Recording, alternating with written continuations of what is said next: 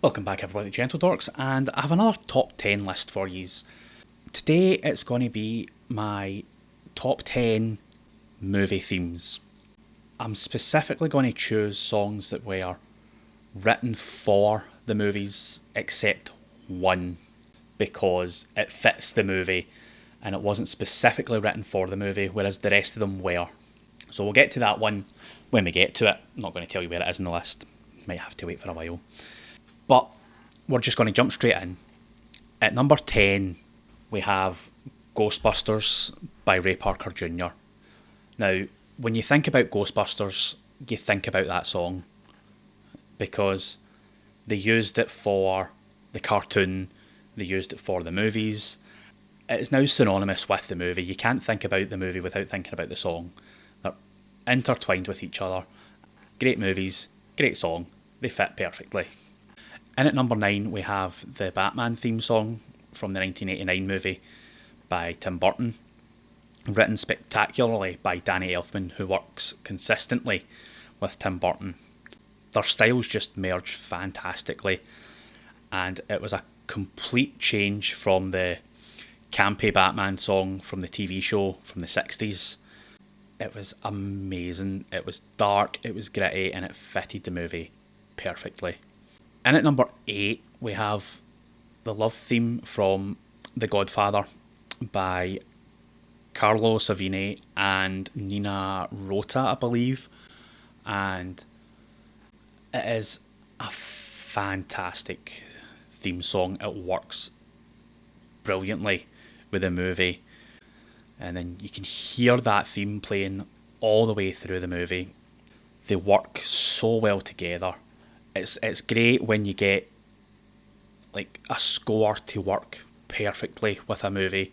There's so many movies where the score just doesn't fit what is really happening, and sometimes that can take you away.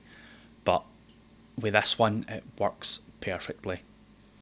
And at number 7, I have chosen the Bond theme by John Barry. Now, I'm talking about the actual Bond theme, not the specific songs that were written for each movie, because we could be here all day. That's another video going through the best Bond songs, not the theme song. Again, it's a spectacular score for the movie. You should go give them a listen. They're great. Just sit and listen to them on their own rather than watching them in the movie. They're still fantastic pieces of music. And at number 6, we have Jaws by John Williams. Now, John Williams has done so many scores, it's very difficult to pick just one that is his greatest one. That'll probably be a future video about what is John Williams' greatest piece of music that he has done for movies, because there's so many. I'm in the process of making a list just now, and it's ridiculous how many pieces of music for movies that he's done.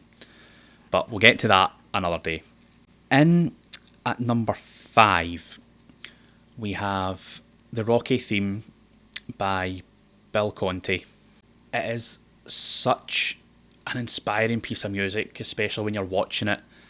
It's going on through his montage to try and get fitter and better and win his fight, and it just works so well with what's happening in the movie. Picked a fantastic piece of music to go with what was happening. I don't think they could have picked any better. And at number 4, we have the Halloween theme by John Carpenter. I could have picked any of John Carpenter's movies with the music that he's done, but Halloween just stands out so much more. It's an iconic piece of music that is used throughout every one of his movies in the Halloween franchise. Even if he's not been involved, there's still aspects of his music because it is synonymous with Halloween. He wrote it for that movie. It was a great score for a great movie. And at number 3, we have The Exorcist with Mike Oldfield's Tubular Bells. Now, this was not written for the movie. They just used this piece of music because it fit so well with what was happening. Now, that piece of music is always linked to The Exorcist. You can't think of The Exorcist without thinking of Tubular Bells. You can't see that still with the priest standing outside the house with the light shining down on him, and you can't not hear Tubular Bells. They are now synonymous with each other, and it's fantastic how that has happened. If you see that still, you'll hear Tubular Bells playing in your mind. Next, we move on to number 2. I was struggling between these two in what order to put them in because they're just fantastically done. Both of them were amazing scores. In at number 2, I have picked the Star Wars theme by John Williams. Now, the reason it's not number 1 is because personally I feel that as much as everybody knows the Star Wars theme and the Imperial March and the entire score, it works fantastically with the movie. John Williams is a genius at creating movie scores, and I will never say that any of his scores are bad because they're not. He knows what he's doing. He's been doing it for long enough.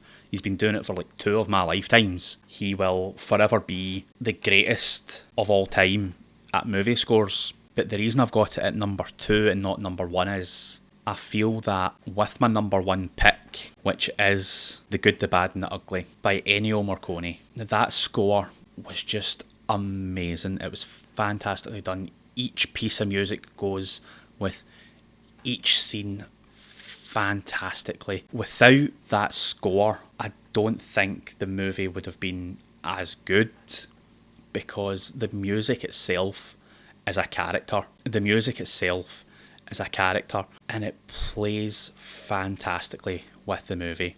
If I could have put them both at number 1, I would have, but I wanted to have it actually 10-1 and not a tie. But that's the reason why Star Wars is at 2.